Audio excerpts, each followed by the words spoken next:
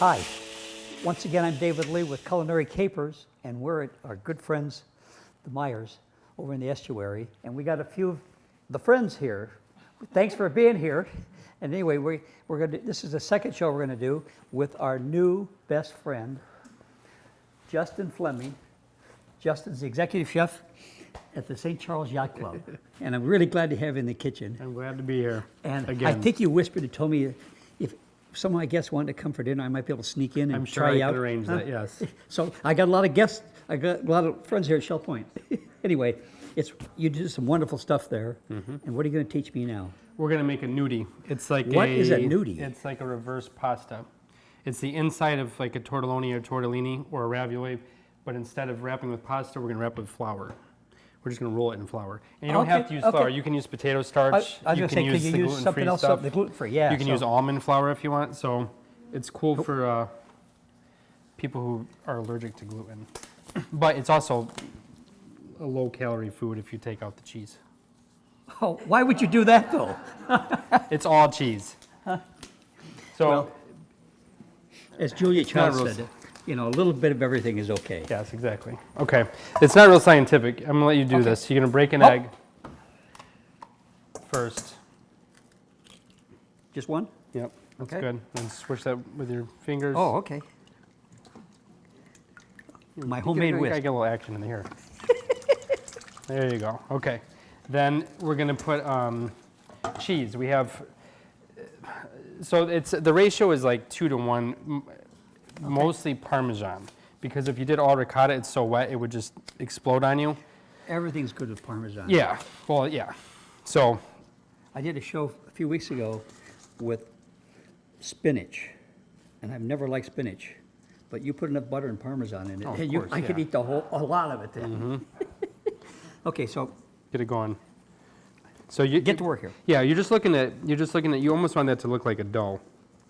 See how it's not like super wet? Yeah. It almost looks like. I don't know, what does that look like? It almost looks like minced garlic at this point. Okay. We're gonna do a little bit more. Just dry it out because you're rehydrating it with the ricotta after you do this part, and we're not gonna add any salt because you have all that Parmesan. Good. That looks good. See how it's sort of clumpy, separating. Yeah, that's good. You're good. I'll roll that baby in there. Wow.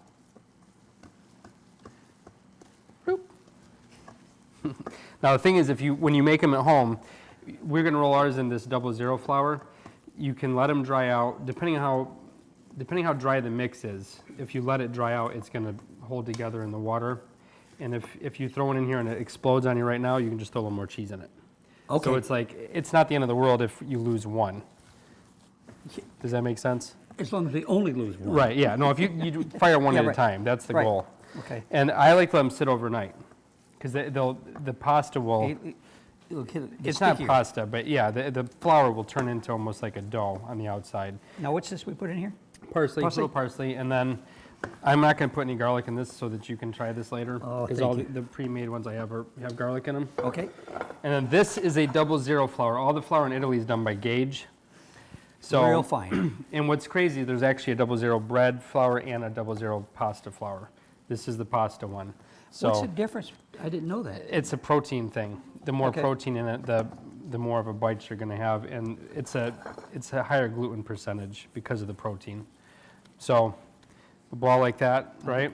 And just roll that baby in. You can make it whatever size you want. It doesn't matter. It's the deal is if you put it in the oven and bake it, you can make them big. You can almost do a manicotti size if you wanted to with the sauce. And then if you're going to just toss it with like olive oil, you would make a smaller one so that it heats all the way through when you boil it, right? Gotcha. It's really easy. So you can't bake these. So You'd still want to blanch it in the water, but if you use like almond flour or one of those gluten-free things, you could throw it right in the oven in sauce. Okay, because I was thinking if I'm going to cook these for people, if I could have just put them in the oven, then I can. You could do that. So, okay, so I have some pre-made ones of these I'm going to grab real quick. Okay. Lori, we're going to have some good food tonight. And this is where you say a little prayer to the pasta god that these don't fall apart. Wow. Okay. So feel those. Feel it. Take your glove off and feel the difference. You can feel it's stiffer. and the flour is turned into Yeah, it's like a membrane. See how that? Yeah, It really does seal up. So it almost pops. It's cool. So I'm just gonna drop those in. We're all good, right? A little salt. And then in theory, they will float. I'm not a big fan of waiting for them to float if I'm nervous at the restaurant because when we get real busy, so I'll pull them out a little bit before they're done and finished from the oven. But ours should float. And like gnocchi, like if you don't want all the, it's all fat because it's cheese. But if you're watching carbs, which people are doing, Yes. at least you can tell yourself you're not hitting the carbs when you eat this. See, they're starting to take. See, that one's trying to take off right there. Is this like a watch pot never boils? It's boiling now. Great. Actually, we can just crank it up. There we go. Yeah, these are holding up real well. And you can see it's like, it doesn't even change color. It just looks like cheese.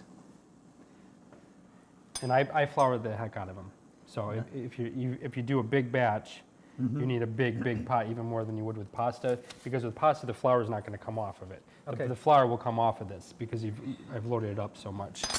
So I have a sauce over here. I'm going to grab your towel.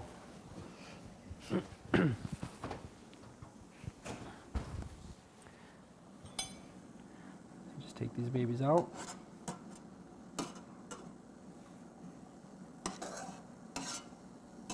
They worked. We're good. You just have to make them a few times. It's like bread. It's like when you make pasta too. Like the recipe for pasta, especially down here in Florida, the moisture is so different every day, and the humidity is so different that you just have to go with it. Wow. Bloop. And then And what's the sauce? I just made a little pomodoro with some cream. Okay. Yeah. And that's it. And then they're not going to brown in the oven. It's hot, but they'll just drink a little bit of the sauce. Well, there you have it. Yeah, that's Justin, pretty easy, right? thanks so much. For sure. I'm not going to eat these because I'll wait for later with the ones without Yes, garlic. without garlic. Yes. Okay. Thanks again, and thanks for joining us. And Justin, thanks for coming over from the My St. Charles pleasure. Restaurant. For sure. Okay, I look forward to it. Bye bye. Thank Bye you. for now. Thank you. Thanks everybody. Bye.